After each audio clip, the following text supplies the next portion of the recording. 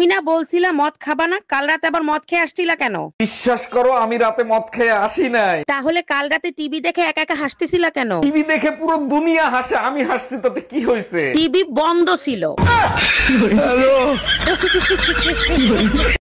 কোন ক্লাসে পড়ো ভাই তুমি? আমি পড়াশোনা করি না। তুমি জানো তো কবিগুরু বলেছে পড়াশোনা করে যে গাড়ি ঘোড়া চড়েছে। আর সেই জন্য তো আমি পড়ি না, কারণ গাড়িতে চাপলাই আমার বমি হয়ে যায়।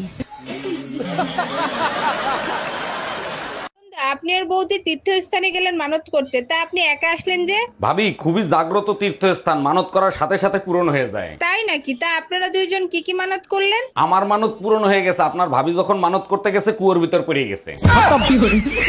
Bye bye, tata, good bye, Gaya. জানেন ভাবি, বিবাহিত পুরুষের লেখাপড়ার শেষ নাই। বউ মনে করে মা পড়াচ্ছে আর মা মনে করে বউ পড়াচ্ছে। এটা অবশ্য আপনি ঠিক বলছেন, এটা প্রতি ঘরে ঘরে হয়। কিন্তু আমারে যে লেখাপড়া আপনি করাচ্ছেন এই খবর তো কেউ জানে না। তোমার লেখাপড়া শেষ হলে ঘরে আসো, পরীক্ষা নেব। Bye bye, tata. আজকে তোমারে জাহান্নামের দরজা দেখায় ছাড়বো। আমি আবার কি করলাম যে আমার জাহান্নামের দরজা দেখাবা? কাল রাতে পাশের বাসার ভাবির সাথে কি করতেছিলা তুমি? কাল রাতে তো আমি তোমার সাথে ছিলাম, ভাবির কাছে কখন গেলাম? রাতের স্বপ্নটা আমার তাহলে মিথ্যা ছিল, তাই না? মারো মুঝে মারো মারো। আপনি কি মার্কেটের দিকে যাচ্ছেন নাকি? জি ভাবি, মার্কেটের দিকে যাচ্ছি। আপনার কিছু লাগবে? আমার এক জোড়া স্যান্ডেল লাগবে, এনে দিবেন? অবশ্যই এনে দেবো, আপনি শুধু সাইজ বলেন। 36 সাইজ আনলেই হবে।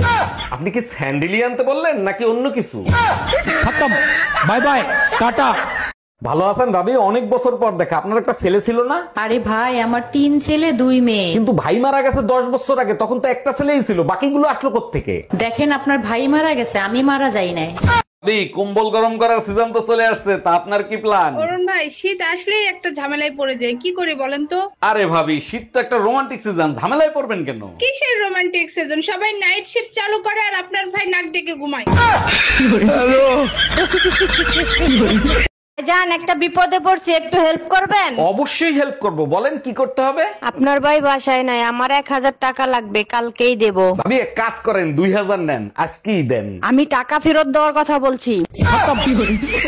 Bye bye. আচ্ছা বলো তো, স্ত্রীকে অর্ধাঙ্গিনী কেন বলা হয়? বিয়ের পর স্বামীর ধন সম্পত্তির অর্ধেক ভাগ পায়, তাই অর্ধাঙ্গিনী বলে। আরে গাধা, বিয়ের পরে স্বামীর অর্ধ অঙ্গ স্ত্রীকে দান করে দেওয়া হয়, তাই অর্ধাঙ্গিনী বলা হয়। তাহলে তো অর্ধ অঙ্গে পিটানো যাবে, তাই না? हम इसका पति है, हमको सिर्फ फांसी का सजा चाहिए। আচ্ছা তোমার সমস্যাটা কি? সবসময় দেখি টেনশন নিয়ে থাকো, কিসের টেনশন করো আমারে বলো তো? টেনশন না করে উপায় আছে? একদিন তো সবাইরই মরে যেতে হবে, তাই না? এতে টেনশন নিয়ে আর কি আছে? যার জন্ম আছে তার মৃত্যুও হবে। একবার চিন্তা করো, সবার শেষে যে মারা যাবে তাকে গোরস্থানে নিয়ে যাবে কে?